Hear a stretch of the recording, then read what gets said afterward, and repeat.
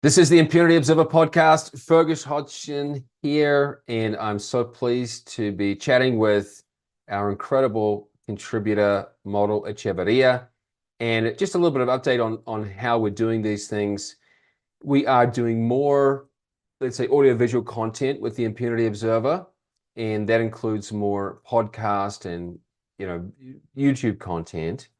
And so we hope to have these out every Tuesday. So weekly, consistent.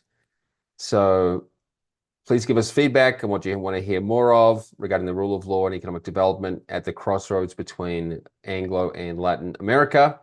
And each month we do an investigation. It's a deeper report into, let's say, a topic where we feel there is untapped insight, right? Where we can add value to the discussion. And Mauro Echeverría, my colleague, he's done incredible work, especially focusing on Cuba. But today we will discuss the spike in Chinese illegal immigration to the United States and how that proceeds. It's particularly pertinent to him because he is Ecuadorian. And it turns out that a lot of the Chinese begin in Ecuador, their journeys north. Now, Mauro, thank you for chatting with me, giving us your precious time. He's studying strategic communications in Portugal right now. So it must be, I don't know what ungodly hour over there. And so, no, but he prepared this article and he's done incredible work. I really respect the work you've done, Mauro. And so the first question came to mind was, what is the evidence that there really has been a spike in Chinese illegals coming north to the United States in the last half year? How can we know that there are more than there were, let's say, 2 years ago or just a shorter period of time ago?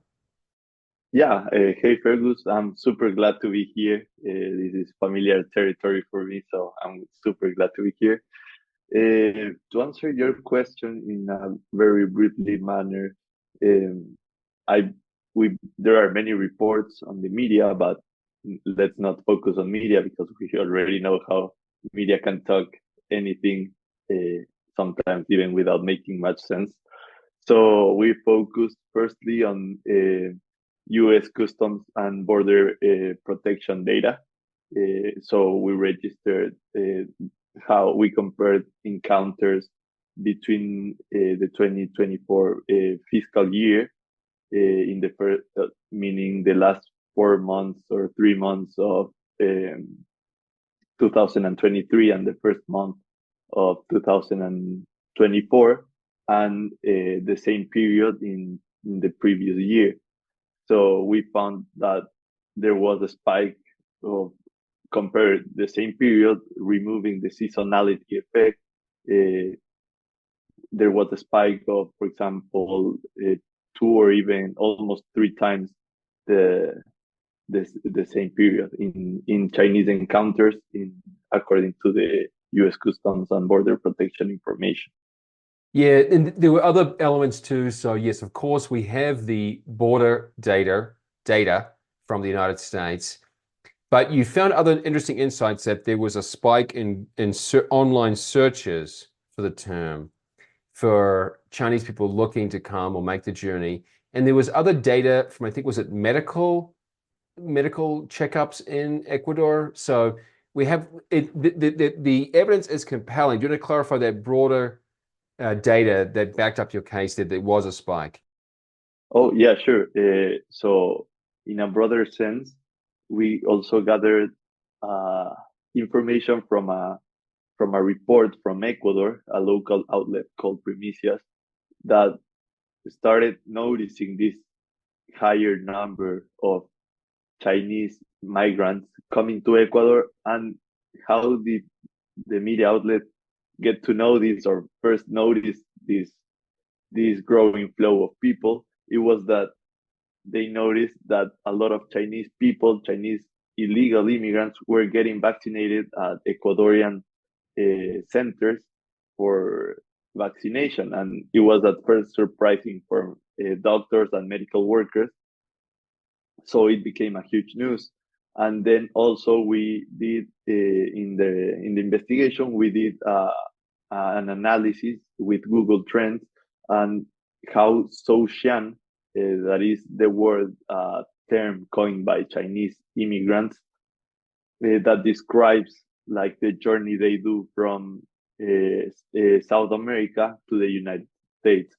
Um, and basically, they start this journey going to Ecuador. And why is this? It's because Ecuador is one, or if I'm not mistaken, the only South American country that does not require uh, Chinese citizens to a visa for at least for staying 90 days in the country. So that's why they take advantage of this window, let's say, and they, in this sense, they use this time and they travel to other countries in South America in an illegal manner, mostly. And just to give people a sense, now I'm not sure whether this is just the tip of the iceberg, but Customs and Border Protection data suggests that by the end of 2023, the numbers of Chinese it's not quite 10,000 per month. So it's about 100,000 per year, which is a meaningful number, right? It's a solid number of people every year coming in just from China. Now, of course, that is probably only about 5% of the total, assuming that there are a couple million of other people coming in. But this is meaningful in particular because it is a change from before, right? That before the Chinese were not coming in such great numbers, and now they're almost 2 or 3 times the levels just recently. Okay, and yeah, they go to Ecuador because Ecuador is explicitly open, right? And then how do they, I mean, I just wonder how on earth these people make it all the way to the United States and do not get killed or do not run out of money. It's incredible. Yeah, it's actually really interesting because this is the journey that many South Americans do, and we already know it's common for South Americans to go from country to country traveling. But for Chinese citizens, there are even bigger challenges: language barrier, just not knowing what they're facing, because many South Americans are sort of aware of some of the dangers that they will face along the way. But Chinese, it's just something completely different. And this is where also social media has played a huge role because, for example, some social media networks or platforms such as TikTok or I think they call it Douyin in China, but they have allowed Chinese people who are considering migrating from South America to North America and specifically the United States. They get a sense of how these people are going, how previous migrants are already, their experiences, their what they are living, they are going through. But it is really interesting to see how they face many challenges in the sense that they have to cross the Darien Gap, for example, traveling from Ecuador. First of all, traveling from Ecuador to Colombia is relatively easy. For any Spanish speaking person, is relatively easy. If you want to travel illegally, it's also super easy. You pay $10, $20 to get someone to cross you to the border, Yeah. and they leave you right in Colombia, and then you have to travel by bus to cities near the border. For example, with Panama, you travel, for example, from the south of Colombia to Medellin, and then to the north of Colombia to cross the Darien Gap, which is in the border between Panama and Colombia. So that's how they start. And the Darien Gap is also, we've reported in the Impunity Observer, the Darian Gap is one of the most dangerous like zones for an illegal immigrant because they face multiple dangers such as gang violence, just people abusing immigrants who are facing situations that they don't have any money, they don't have clothes, they don't have food, they are really vulnerable in that sense. So they have to face all of this and in addition, in a different language, in a different culture, in a setting that they don't know what they are getting into. Yeah, there's a term in your article which was new to me, trochas, and I'm aware that yes, getting between Ecuador and Colombia is relatively child's play. Is it the case that there are similar trochas between, let's say, Panama, Costa Rica, Nicaragua, Honduras, Guatemala, right? And so really the only big hurdle is, like you said, this Darian Gap, this kind of no man's land between Colombia and Panama. Yeah, definitely. I would say that the Darien Gap is probably the biggest challenge, even biggest in the sense bigger than crossing from Mexico to the United States. Although this does not make it cheaper, if I'm explaining myself correctly, because for uh, foreign immigrants that are not from Mexico, and even worse, not from Latin America, coyotes that are these human smugglers that smuggle humans from the southern border of the United States to the United States, they charge around $10,000 to $20,000 per person for crossing the border. So Just the I, Darien Gap, or where the no, this is just from Mexico to the US. In the right? Darien Gap, the prices round about, for example, if it's the cheapest route, which is the most dangerous, of course, they charge around $500. Cheapest, Um, cheapest, you say most dangerous in terms of what? You're going to get hijacked? exactly. I say the cheapest route in terms of money is the most dangerous in terms of personal security, in terms of getting caught between gang violence or getting just robbed. In between the Darien Gap, you range about like and this is just to cross a small piece of land, and authorities basically do not care about this piece of land. So it's just to cross them a territory that is basically jungle. So they Yeah. charge up to almost $2,000 per person. Yeah, and there's actually another piece of data here which I think was interesting to add to your case, that this is not, it is, let's say, an outlier, that the Chinese, it has spiked, that not only do we have the hospital data in Ecuador and the Customs and Border Patrol data and the search engine data, even the Colombian officials have found more Chinese along their border. And they had them only behind Venezuelans and Haitians.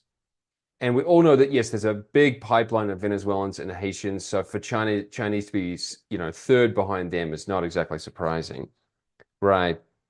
Okay. And you say, yeah, once you get to Mexico, you've still got to pay $20,000 to get across the border. Are people just trying to skip the whole border crossing and just go, I mean, the whole illegal crossing, and just go to an actual border entry point and just declare, I'm here, I want asylum? It, yeah, I mean that's also the case for a lot of people, but it's mostly it's crossing illegal crossings through coyotes. There are these cases. The thing is that with illegal migration, the southern border, is that it depends how the word spreads around. It's mouth of mouth kind of thing. So I've been talking to people in foster homes or this kind of shelters for immigrants for the last possibly 2 years, and these trends tend to change up really fast. Sometimes they say like they spread the word that yeah they should just go to the entrance point and declare themselves that they want asylum, but also there are sometimes that they say like, no, let's be cautious, let's pay our coyote and let's cross the border. And once we're in US territory, we can then ask for asylum. So it's something that really varies according to the time. Yeah, and you note here that even if you pay the money, the coyotes cannot guarantee your security, because there'll be other gangs that they are competing with or fighting with. And you speculate briefly as to why there has been this spike. And one reason, well, there are a few reasons. One, unemployment in China. Two, let's say a more suffocated or just less free environment since all the COVID lockdowns. Did you find any evidence that this was a deliberate, let's say, initiative by the communist regime in China? In that sense, I was not able to find evidence that this was deliberately or purposely done by the Yeah. Chinese government, Chinese dictatorship, because, and this is the case, for example, for Cuban. Uh, Many times the Cuban dictatorship does this in purpose, or the Nicaraguan does this in purpose. Yeah. So Yeah. it wouldn't be surprising at all for the Chinese dictatorship to do this on purpose.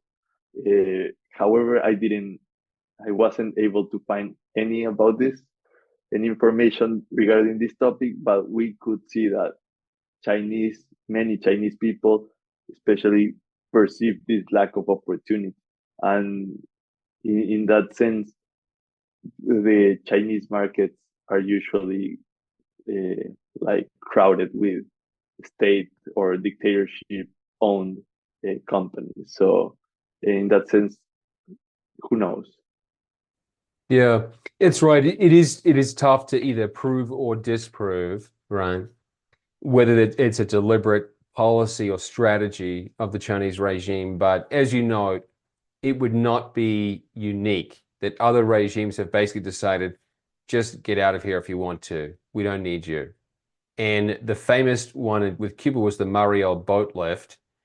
And I think there's even because there was the initial, let's say, early 1960s lift, then the Mariel boat lift in the 1980s, and there's actually a third major shift of Cubans to the United States right now, which surprises me. Yeah.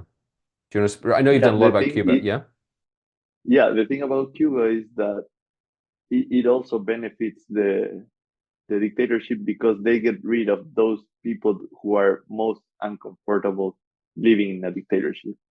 So they have less people that will try to somehow riot, less people that will hunger strike, that will make the news somehow, and possibly get.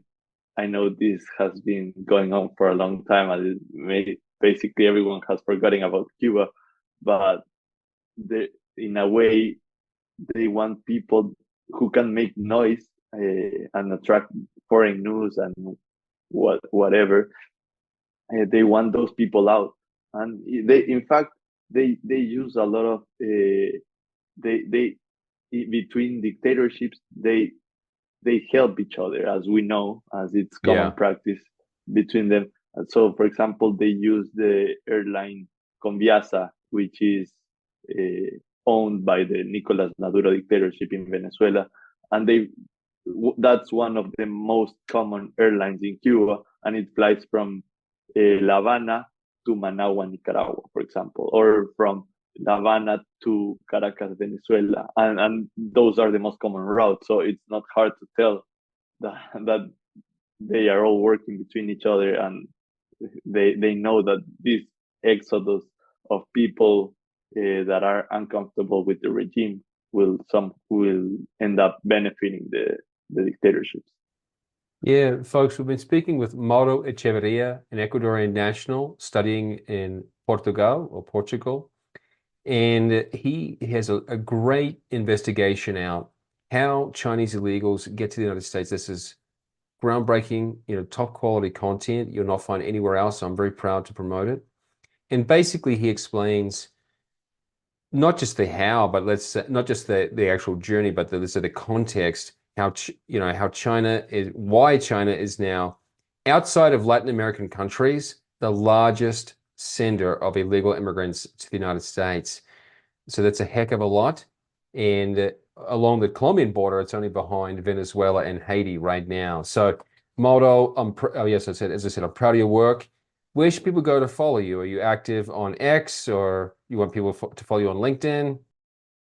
Uh, either one. They can follow me on X. I'm not really that much active on X. However, they can follow me on LinkedIn, which I'm not also that active, but hopefully I'll have some time soon to start What was that posting last one? on LinkedIn. Okay, yeah. Well, Mauro, I'm just wishing you the best with your studies in Portugal, and I hope we can have you back working one of these days. Otherwise, thanks for explaining this latest piece by you. Cheers.